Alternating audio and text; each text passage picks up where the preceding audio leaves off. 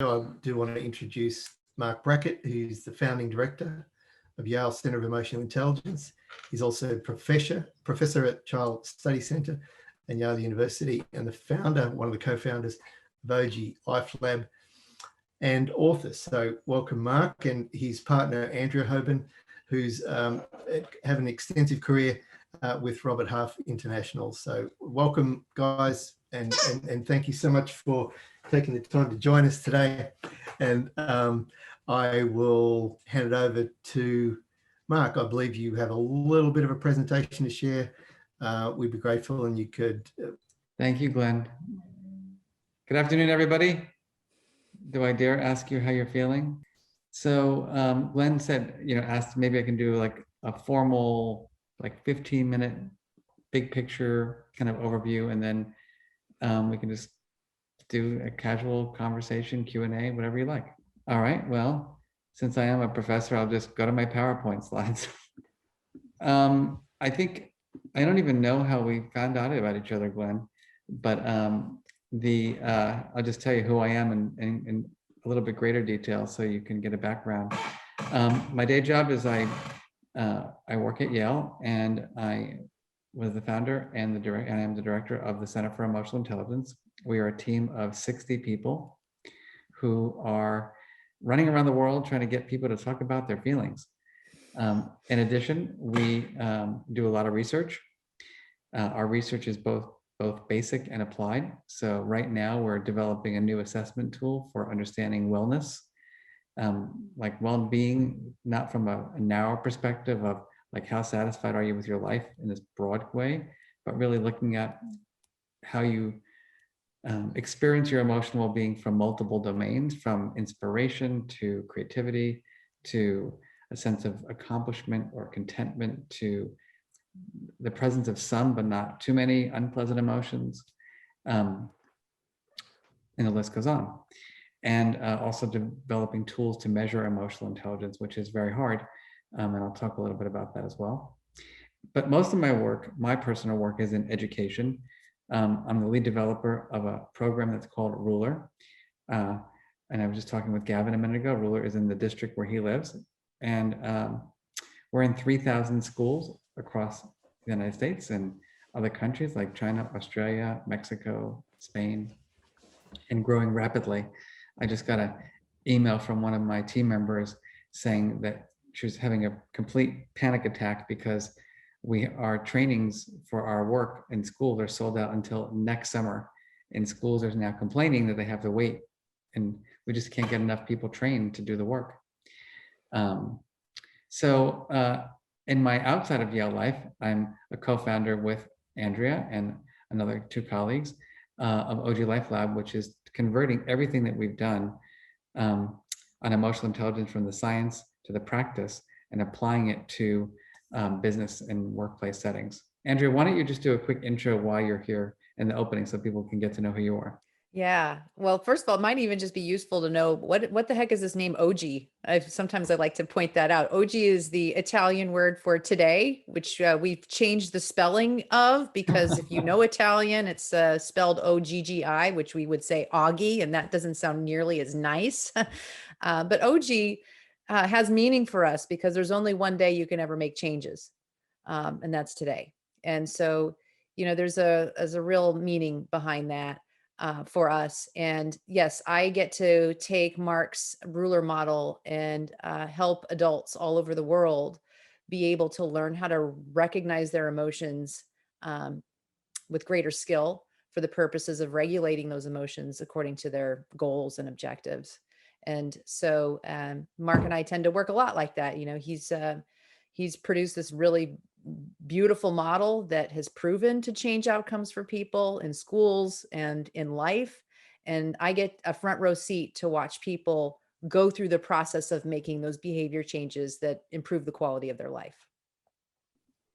That's cool. Sounds like a great job, Andrea. It is. It's very purposeful. I wake up every day going, all right, what are we going to do today? Thanks for that intro. And so let me just give you just a little run through of some ideas. And I thought we'd start off with a little quote that's relevant to the times. I can read it out loud. And once the storm is over, you won't remember how you made it through, how you managed to survive. You won't even be sure whether the storm is really over. But one thing is certain. When you come out of the storm, you won't be the same person who walked in, by Haruki Murakami. Does that resonate with all of you right now? It's like, what has happened? As someone who spends his life thinking about feelings and feeling feelings and trying to regulate feelings, I can tell you this has been a feeling last 15 months. I'm going to just share one of my takeaways, and it's based on my research. I did a study on gratitude a couple of months ago, and I was really curious what are people grateful for these days? And, it was a disappointing outcome, because what I found was that everybody's grateful for the things that we know they always say they're grateful for. I'm grateful for my family. I'm grateful for my finances. I'm grateful for my work. And I was surprised that nobody said anything like, I'm grateful for all the nurses and doctors who put their lives at risk to help our nation. I'm grateful for the teachers who are going way above and beyond. I'm grateful for the people who deliver my food, for the grocery store clerks. And I would just say that this, for me, if there's one thing I'm taking away from the last 15 months, it's like looking at people in a very different way, especially people who do the work that, I don't, I have the privilege of sitting here in a beautiful home working. Not everybody has that opportunity. And we know from research that our Black and brown friends and family members are more likely to have these jobs, and they're also more likely to contract the coronavirus and more likely to die. And so it brings up issues of justice as well as gratitude. Mm-hmm. So if you've heard of my work, our center's work, or you've read the book that I wrote, which is called Permission to Feel, you've seen this thing called the mood meter, el medidor emocional. And so since we're talking about feelings, we might as well ask this group that simple yet profound question. How are you feeling? So yellow, high energy and pleasant. Green, pleasant but lower in energy. Red and blue, unpleasant feelings. Red, obviously high unpleasantness and high activation. Blue, unpleasant but lower in energy. So let's just get everybody to use the chat for a minute. This is the audience participation part of the workshop. Yellow, red, blue, and green. On the count of one, what's your color today? Yellow, green. Green, green, yellow, green. Everybody's chill, a little bit of blue. Yellowish green. Do you think that's what is representative in the world around us right now? Now you're all the chosen ones. You get to be in the yellow and green. Everybody else is in the red and the blue. And so I'll spend some time with Andrea talking through this, but there are lots of words that we can use to describe our feelings. This is the cheat sheet from my book, which is 100 words, for 25 for each quadrant of the mood meter. But most of us use very few words when you really think about it, especially at work, right? So Andrea, if you don't mind, let's just do this a little bit. Ask me, let's imagine we're at work, and what are you going to say in the morning? We're at work? Yeah. So how are you today, Marc? Fine. Oh. You? I'm good. All right, great. See you later. Okay, bye. And there it goes. That's the extent of your emotion education at work. And it just kind of ends there. Andrea, ask me again. Marc, how are you today? Well, honestly, I'm a little bloated from my lunch. Irritable because I've had this huge problem at home. I'm feeling really overwhelmed. I just got this new house and I'm like, what am I doing with my life? Yeah, I'm kind of all over the place and a little bit lost. Okay. And at that point, I get the notice in my email that I've been fired.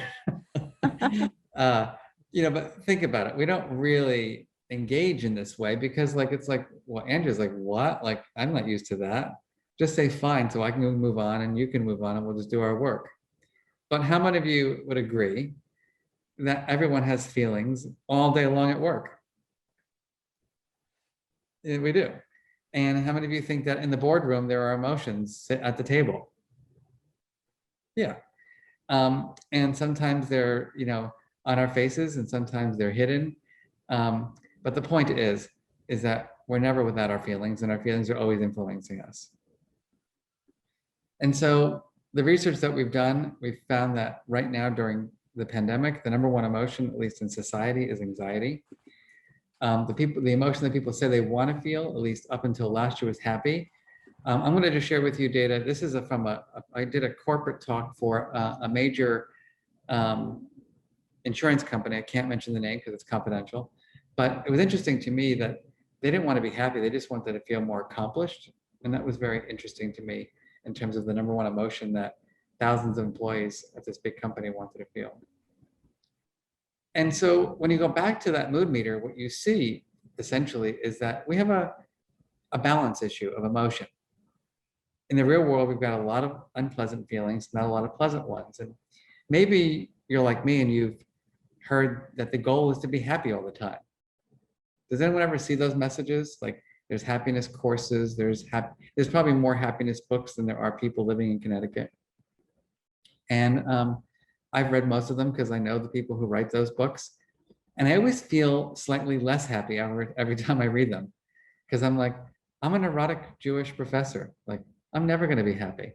Like, I'm just begging for like contentment. Like happy all the time, that seems like a tall order. And what's interesting is that the research shows is that people who are taught to strive for happiness actually feel less happy over time. And think about that. It's disappointing when you don't achieve that goal of happiness. And then you start wondering, well, why am I not happy? And so it can backfire. And that's why what I've written a lot about is this idea, I call it permission to feel, that we've really thought about emotions in the wrong way. That it's not about not feeling anxious and sadness. I mean, my goodness, if you're not anxious during the pandemic, there's something wrong with you, right? You should be a little anxious. A little bit of anxiety is going to help you be engage in some self-protection. And so I don't know about you, but I grew up with a very anxious mother, kind of an angry father, who didn't really know what to do with their feelings. My father, would say things like, son, this is how I deal with things. Deal with it. I wonder why I became a psychologist. I've been dealing with it for 51 years. My mother was always having a nervous breakdown.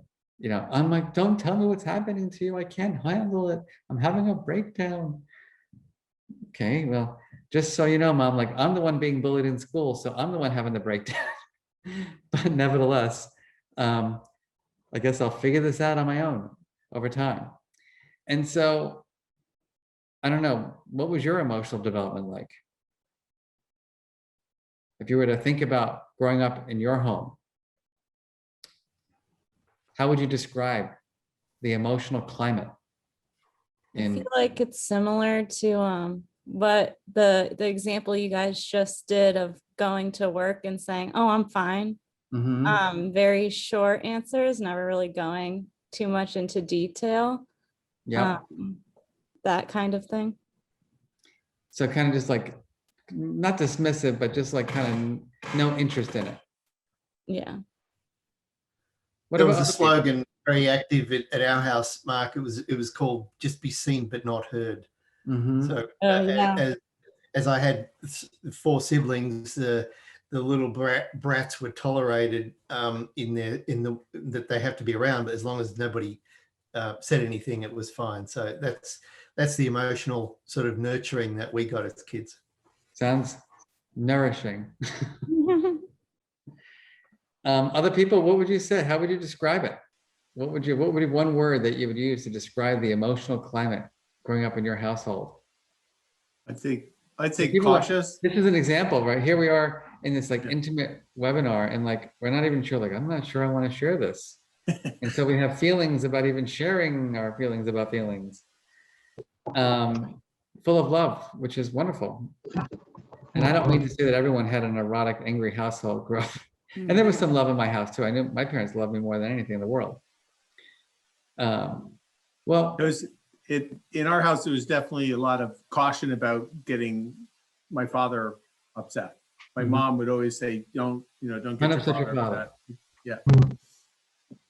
Yeah, interesting. At my house, we were always encouraged to be happy, like you mentioned before. Just get over it, be happy. It's not so bad. It's fine. It'll all be fine. Everything will be fine. Right. So not a lot of problem solving around sadness or anger or fear. And not a lot of time to spend there. You were encouraged to quickly get out of sadness or fear or wherever you were at. It's uncomfortable. Sometimes I like to, have people think too, Marc, about like what emotions were allowed or encouraged in our children and when we were children in our household, and which emotions were not allowed or there were consequences for expressing or feeling them. Is an interesting way of looking at how those patterns might still be alive for us as adults in the working world. That's a good point. It's funny you say that, because one of the things I remember was like I had a grandfather who was like, he was from Austria, and post Holocaust, and he had this mantra which was really weird for all of us: you laugh now, you cry later. Grandpa, like, a little bit more optimism would be helpful. So many different things, so happiness wasn't still really even allowed, because like it was like there was something wrong if you were too happy. My point here with permission to feel is that, and I shared this with Glenn when we were talking in advance, I was very lucky that I had an uncle who was this Robin Williams character in Dead Poet Society, and he was working on a curriculum to teach kids about their feelings when I had disclosed all of my own childhood trauma. And I just was lucky that he was around during those times, and we would sit in the backyard and he would ask me how I felt and he would listen.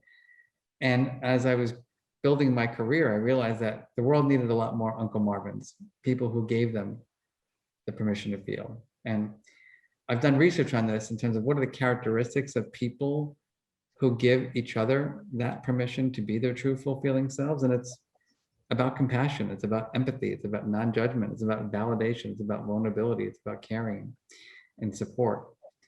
And I wonder if you were to score yourself on your own permission to feel, meaning on a scale from 1 to 10, I give myself the permission to be my true, full, feeling self. What score would you give yourself? And don't feel obligated to share this. If other people were to rate you, like, do you create a permission to feel culture and climate at your home, at your workplace? What would other people think of you? And so as I said earlier, this idea of striving for happiness is misguided. And that really what emotional intelligence is about is accepting all emotions. It's not about getting rid of stress. Life is going to be stressful. If you want to be successful, it's going to be painful at times. So it's got to be about learning how to manage the stress as opposed to eliminating it. And the other principle behind emotional intelligence is that emotions are information. And I won't go into a lot of detail. If you're interested in this, you can just read chapter 2 of my book, where there's about 800 references that I go into on the science. I call this my money slide, because when there's an executive or a superintendent or anybody who's like, that's all fluffy stuff, I'm like, you just haven't read the science. You don't understand how critical emotions are to all these things. And so that's your opinion, but I'm just letting you know, your opinion is not rooted in any science, because the science says otherwise. From decision-making to relationships, to our physical and mental health, to our creativity and performance. And so another idea that I've worked on is why we should all strive to be emotion scientists as opposed to emotion judges. And you can see there, in many ways, you now notice, like, I grew up with parents who are mostly emotion judges. Like, don't be so upset, get over it. Not, tell me more. Let me know exactly how you're feeling. Or, failing at regulation when I had a breakdown or a tantrum, get to your room, wait till your father gets home. That's not very instructive on how to manage anger, right? That's like elimination, not necessarily helpful. And so a few things. One is we need to change the reward system in our society. I work at Yale. The reward system is not emotional intelligence. The reward system is grades, SAT scores, and playing an instrument that no one has ever heard of before. It's not about emotions or how you build and maintain relationships. And what research shows is that people are looking for people that have these skills, but most of the companies don't believe that people have them. And so the last thing I'll just share for right now are the underlying skills, and that's ruler. Recognizing our own and others' emotions, understanding where those feelings come from, having the language to be more precise in the way we talk about feelings. So are we anxious? Am I overwhelmed? Am I stressed? Am I afraid? What is the real feeling? Most of us use kind of big terms like I'm stressed when we might be feeling something quite different that's related, but if it were labeled properly, might lead to a better outcome in terms of strategizing. Expressing emotions. All of you are interested in the workplace. Well, the question is there equity within your organization around who has the permission to express their feelings? We certainly know that people like us, which are mostly that I can see on this call, white people, we have anger privilege. It is not the same for our Black and brown friends. If I'm walking down the street with a Black friend and we're both expressing the same degree of anger, the rules are different for each of us, which makes you realize that the work in emotional intelligence is not about the individual, it's about the collective. It's about changing kind of the societal rules around the value and importance of all people's emotions. Then finally, regulating emotions, the strategies that we use to manage the full range of emotions. So, and that includes understanding that, for example, right now, as the person who's speaking, like I'm the teacher, and so my vocal tone, my facial expression is going to be influencing how you feel. And so at every given, it's not about like, hey, Gavin, like, pay attention. It's like, wait a minute, Marc, your freaking lecture is boring. And so like, you got some role in this, buddy. And so do people see that? Like, we oftentimes blame the individual for not being skilled at regulating, when in classrooms, my goodness, like I've been in some classrooms where you just want to pull your hair out. You're like, I'm not going to lose it. I can't take it. What am I going to do? I can't be here. I'm just like, ugh. And so that interaction is also emotion regulation. It's not just about me controlling myself. I'm having the cookie that I want to eat after lunch and knowing that I'm trying to lose weight, or me getting up in the morning and exercising, or me having, shifting my negative talk to positive talk. It's about recognizing that we are co-constructing each other's emotional lives continuously. And so let me stop there, and then we can go into the details of other research and practical applications that Andrea works on. I have a question. Please, anybody. Yeah, in your work, have you observed a relationship between emotional intelligence and just the ability to change habitual behavior? We have. So people who tend to have more developed emotional intelligence tend to be more able to break habits, stick to routines. It interacts quite nicely with conscientiousness, which is a more personality kind of trait-driven thing. I can give you maybe a very, would I call it an extreme example, but certainly illuminating to your question, Charles. There's a gentleman who just finished our emotional intelligence training program, where he's told us at the end that he had been smoking since he was the age of 17, and he's tried everything. He's almost 50 now, and he's tried everything to quit. And he's like, this program actually helped me quit because I realized that all those cravings were emotions that could be regulated. Yeah, so I remember that actually, Andrea, because what happened is that he started paying attention to the feeling he was having when he was craving the cigarette, and then the anxiety around wanting to have that, cigarette. And then he'd say, well, if I manage the anxiety with a different strategy, maybe I can replace that with the cigarette, which is kind of cool. David? Yeah, so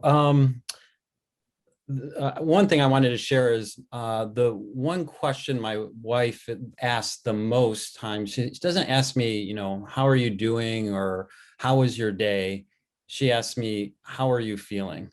Yeah. It's the most primary question she asked me. I love that. And it's something that I love about her because we talk about emotions and whatnot.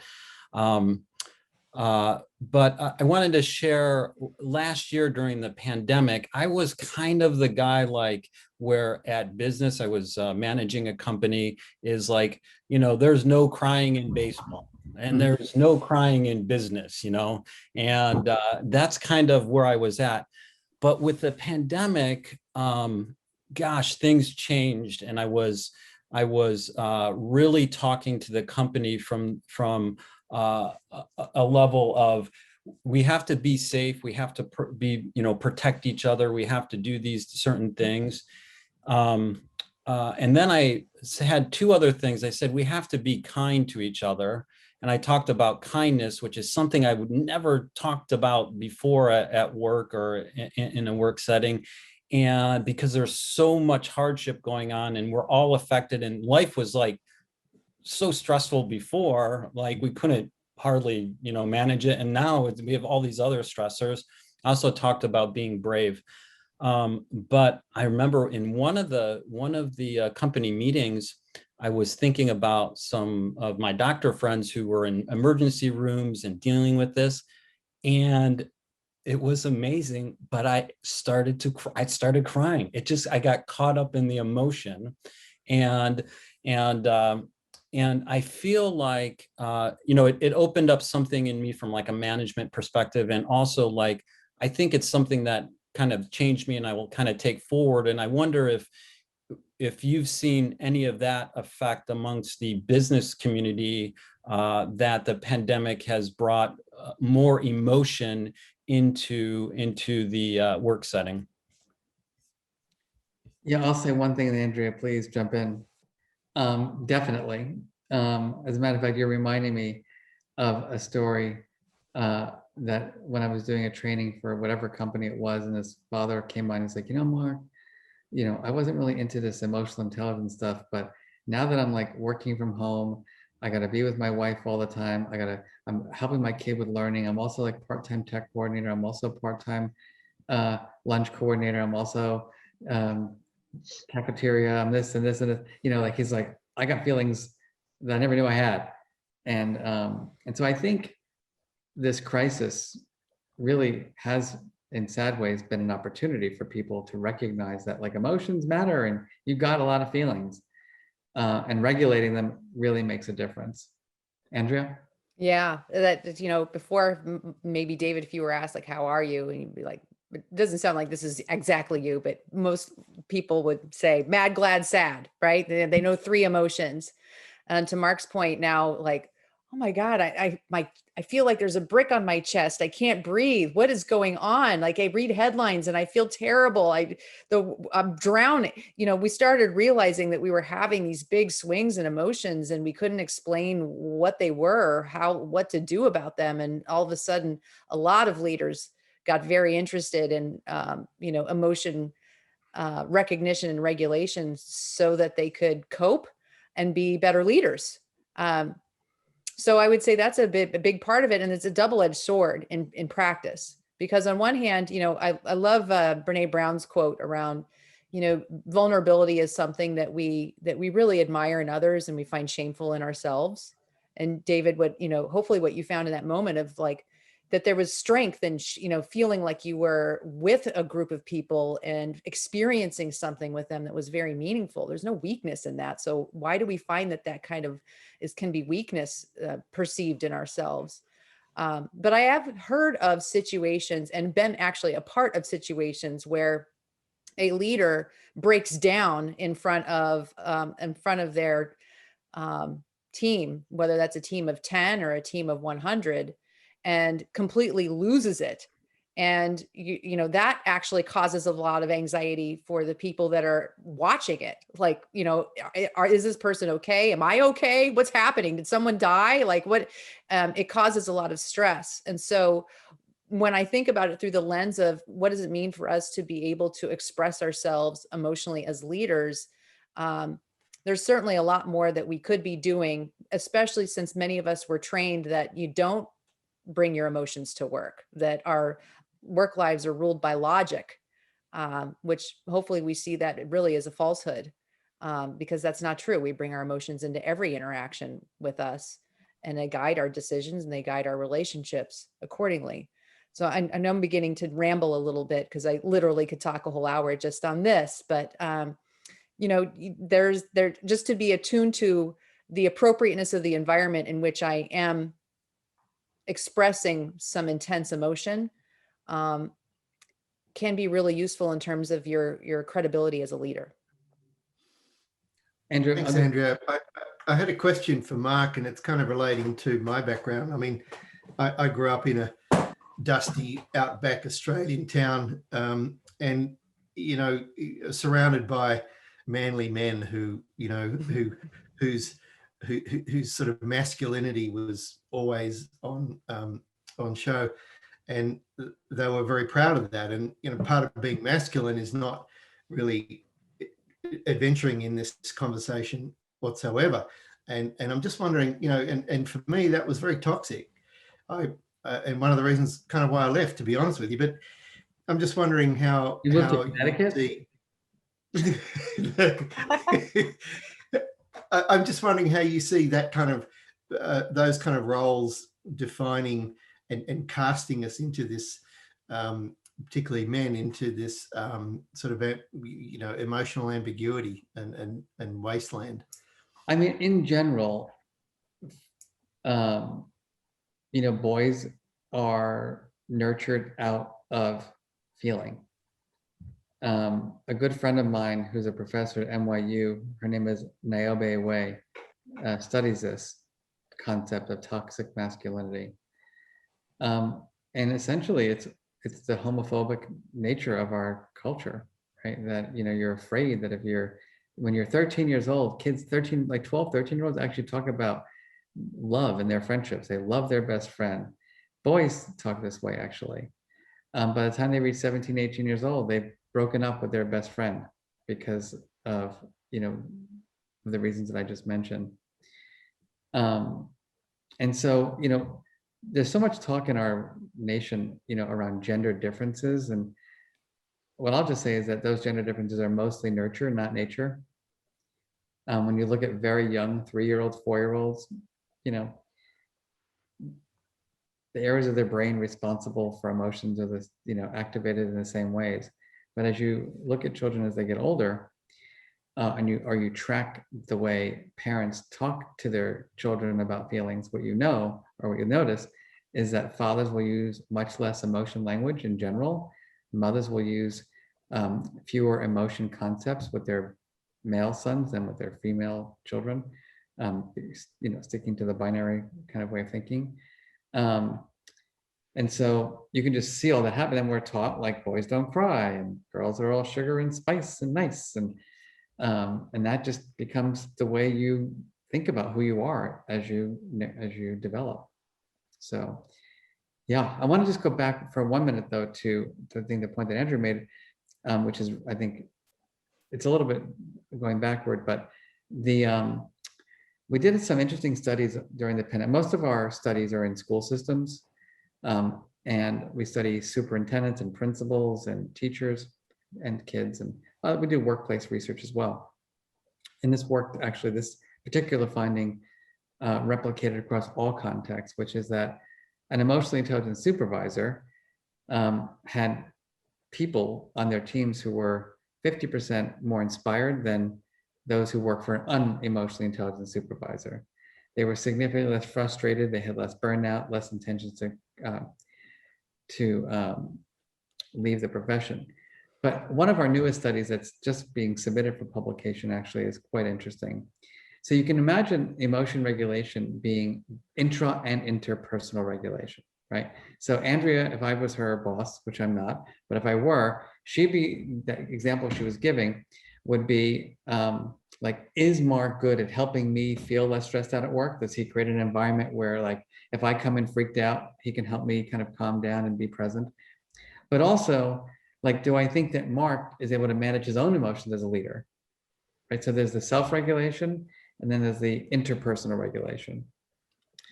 What we found in the research was that in general, the interpersonal regulation was the most important. Right, that it was the more important aspect of regulation was, I believe that my supervisor can handle like the company. I believe my supervisor is helpful, is empathic towards me. They support me in dealing with life's ups and downs and the stresses. However, one thing that happened during the pandemic, and this is like hot off the data analysis bus, was that the intrapersonal piece became more important during the pandemic. That you needed to be able to witness your leader having the ability to deal with all the anxiety and stress that was happening. And I just think it makes me think about something that I've talked about forever, which is that, like all mental abilities, you don't need all of them all the time, right? Like, you don't need to be creative all the time. Sometimes you like, stop with the creativity. We got to get shit done, right? No more divergent thinking. And the emotional intelligence, I think, becomes most important when the sand gets kicked in your face, right? Think about that. Like when you're on vacation, chilling out, relaxing, having your, whatever drink, and you're just shooting the breeze with your family and friends, like nobody's thinking about emotional intelligence. But when you're hijacked, right, when a pandemic hits, when someone is mean or cruel to you, when you get bad news, when someone tells you they want to divorce you, or someone's ill in the hospital, and you're having these strong feelings, that's really where this intelligence kicks in the most. And I think that research is kind of showing that point, that the self piece becomes more kind of relevant and important during difficult times. Okay, I'll share an example. I don't know, Marc, if I've shared this with you before, but it stands out around this very concept that you're talking about. This gentleman that went through our program runs compensation strategy for a very large multinational insurance company. And every quarter, his job is to go in front of the executive committee and make his compensation plan recommendations to the committee. And every quarter he does that, he gets pummeled with questions from the members of that committee. And he found like he would get really defensive, and this defensiveness would, come out as angry, and you just create this dynamic of, us versus them. And the dynamic got so bad that at one of his last meetings, the leaders pulled aside his boss and said, "Are you sure this guy's even competent to do this work?" Which of course made him feel even worse. So Marc, to your point about feeling like shamed and, that it's treated cruelly. So he thought a lot about like this work around emotional intelligence. He's like, when I'm in a meeting with them, I definitely get into that red quadrant. I'm very activated, very unpleasant emotions. And then he thought to himself, what could I feel instead that would actually help get a better outcome in this meeting? And he thought, well, if I could get myself to the green quadrant, which is that quadrant of lower energy, more pleasant emotions, I could keep my cool. I could probably keep an open mind around the questions I'm being asked. And he thought, all right, I'm going to plan to be in the green at the next meeting. And so that meant a lot of things. It meant that he needed to take care of his body. He had to get a good night of sleep. He had to eat a nice breakfast before. He had to be properly caffeinated before he showed up, right? There's all things in balance. But it also meant he had to think about what kinds of questions might these executives ask me? Because in this particular meeting, he actually had to make some big recommended changes to the executive committee. So he shows up and makes his presentation, and the questions start coming like they always do. And he just took a breath And he's like, he would answer like, wow, I totally get why you would ask me that question. Let me tell you what the research I found showed. And every question was like, I'm so glad you asked that. I wondered about that too. And let me tell you what my answer to that is. And he said about halfway through the meeting, he could literally feel the energy in the room shift. And it was no longer an us versus them. It was a we. And they took his recommendation, big multinational recommendation change, with no concerns or consternation about it. And he was reflecting to me about it afterwards, like, you know, they did not change. The only thing that changed in that interaction was the way I showed up. And as a result of that, my organization had a much better outcome. And so you start realizing the power of like, when I can recognize my own emotions and tune the dial accordingly so that I can be ready for even what can be a conflict-oriented environment, man, there's still some great possibilities for better outcomes because of the work I'm doing on myself. And Marc, I'm sure you see this a lot too. I know I do. Like, people point a finger like, you know, who really needs to do this is, you know, my boss's boss, or, but in you know, what it points to instead is that when I do it, no matter where I sit in my organization, things can change for the better. And so I hopefully that illuminates kind of what you're talking about, that tuning into my own emotions really supports better goal achievement in environments like that. Cool. That- Yeah, let's take some questions, please. Sorry. With that being said, the way you go about this training on emotional intelligence, do you focus more on identifying your own emotions and that kind of stuff, and less of trying to figure out what other people are feeling, or is a little bit of both? Just curious. So it's both. And you know, all of the skills of emotional intelligence are both self and other, right? It's recognizing my emotions, recognizing your emotions, recognizing why I'm feeling my feelings. Why are you feeling your feelings? If I don't know why you're feeling the way you're feeling, I don't know what to do to support you, right? Just if you say you're angry and I'm telling you to calm down, but you're angry because of a real injustice, that's going to be insulting, right? And so I have to know the reason for your anger in order to provide the best support to you. And then Oji, which is the company that we founded, you know, it's interesting. One reason, I mean, Oji it's a whole bunch of people's ideas, but what happened with Matt, who was our CEO, and Andrea and I, is all of us doing different things and friends. And I had been doing these corporate kind of keynotes or conferences, and everybody's like, well, what's next? And I'm like, I don't know. You know, figure it out. And it's one part of the reason why I wrote a book was like, it's like, okay, there's like keynote presentation, then there's like read a book and learn more. And then like next step is like, all right, let's go through some intense training.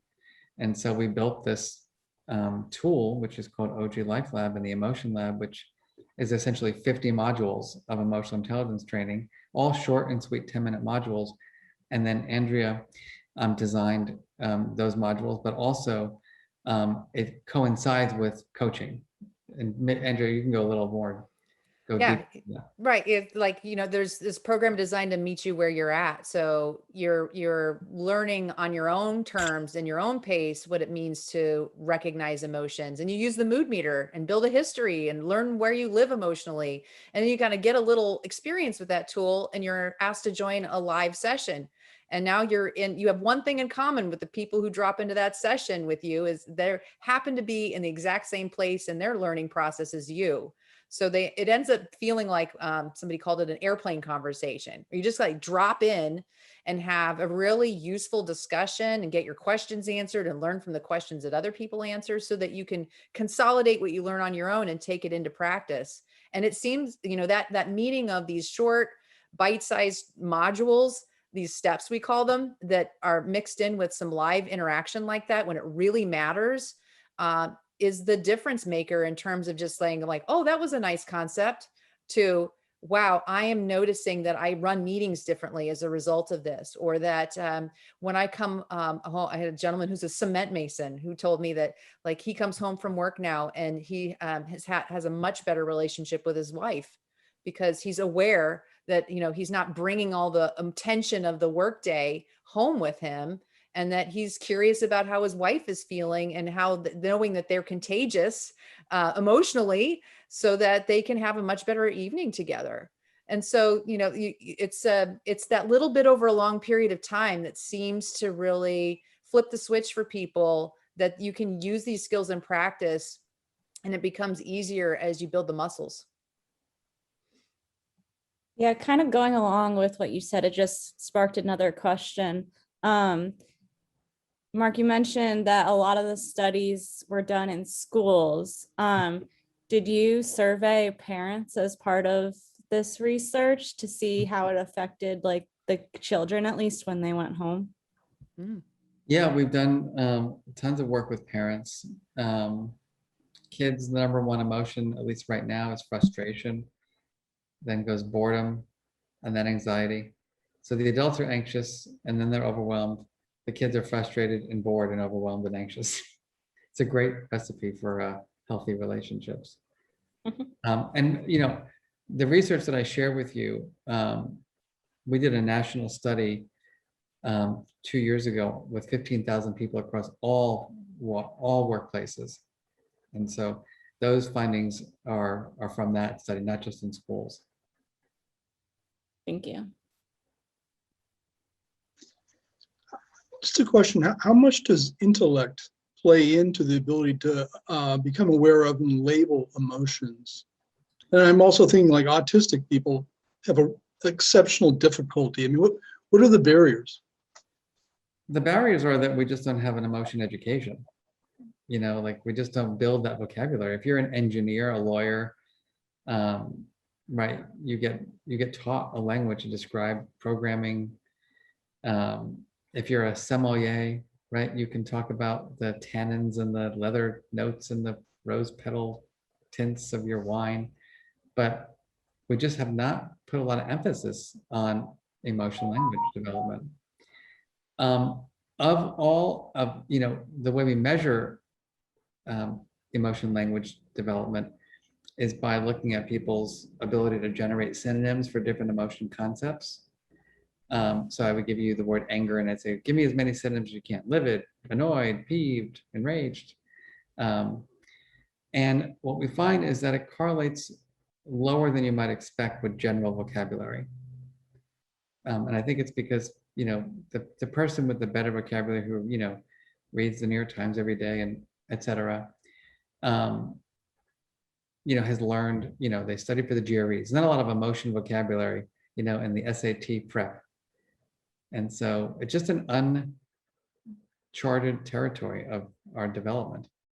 I'll just say, as we're talking about this, one of the claims that I make is that it's a fundamental human right to have emotion language, because I think the worst thing for any of us is not to have self-awareness. And so how could you be a good coach to someone if you don't have good emotional self-awareness? You can't really get into the details of the experience without getting into the details of feeling. Thank you. Sure. Have you looked at, since like kind of a human right, have you looked outside the US and at other cultures? And I remember being in a meeting in Japan just over a year ago, and it was like, gosh, you know, it was no emotion, and, you know, as part of the kind of culture. And yeah, have you looked outside the US? Yeah. So our program, which is in schools, is in many countries. We're building a center in China, actually, in Beijing. We have a miniature center in Madrid, Spain, and in Florence, Italy. If anybody like to come see our training there? I'm always eager to do a training in Florence. And, you know, it's where the differences arise, David, is in the expression of emotion. That, you know, the experience of feeling is pretty universal, although there are differences based on culture, for sure.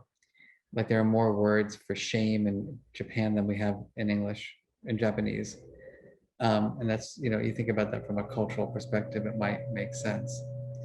But the rules, so for example, the example I always give, because I've spent a lot of time in Korea, is,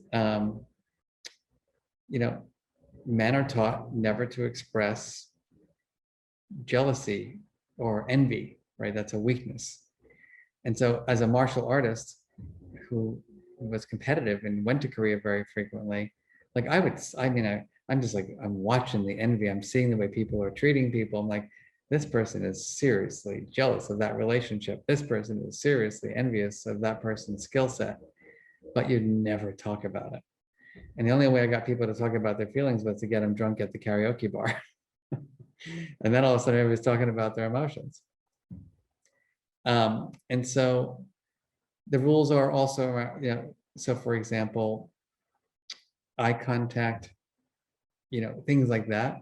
One of the things I just want to say about that though, is that we Americanos like to think that our way is the way, right? And so we're very judgmental of other cultures' ways of dealing with feelings, right? Like when I give a talk on Wall Street, I did this talk at Goldman Sachs. I'll never forget it. And I was the Versace suit and the $500 tie and the fancy shoes. And this guy, hello, Dr. Brackett. I thought he was going to crush my hand. And like, it was so like, such a machismo thing for me. I'm like a schleppy academic, I'm like, hey, and it was just very eye-opening for me in terms of that rule. And then I go to Korea a month later and I'd be in a little village and Marc-san, everybody be bowing to me. And I'm like, well, why don't people bow to me in America? And so you get my point, is that we think the hard handshake in Wall Street is like the way everybody should behave. And then we're looking at everybody else saying, oh, you're weird, you're different. Like you don't belong here because you don't have good eye contact. It's terrible. It's racism, at the highest level. Seems like context really matters, and that there is like people kind of go to the lowest emotional engagement to be safe because they're going from context to context to context, and maybe that's kind of what's can be opened up if you're able to start a dialogue. Good point. Yeah, you're right. It's like, well, like, because that's the other thing is like, if you're a parent, I've had parents tell me this, they'd say things like, the last thing I want to do at 7:45 in the morning is ask my kid about their feelings because I got to get to work. And, and so if I ask my kid how they feel and they're really honest and they're feeling scared and lonely and about going to school, that means I'm not going to get off, to the meeting. And so you start realizing, like, you start drifting away from the conversation in that context, and you get to work and it's like, you start gossiping about the person who doesn't talk, and there's always ways to not do the work, to me. Yeah, it's easier to not do it, but certainly there's something lost when you step away from that, whether that's the bonding that can occur in even your work relationships as a result of, asking about and caring about what you're hearing about how someone's doing. And of course, all the other things that Marc had pointed out around performance and creativity that suffer when we're not in contact with our emotions or aware about other people's emotions. Well, let me say thank you to everybody. Hope this is enjoyable and informational, and very helpful. You can learn. I'll just put in my website if you want to learn more. I'm actually starting my virtual Permission to Feel book club tonight. If you want to go deeper, got 1,400 people registered for it. It's really exciting. Very grateful. Thank you, Marc and Andrea, for your time and your sharing your feelings. Thank you so much. Absolutely. Have a great afternoon. Nice to meet everybody. Thank you. Take care. Bye.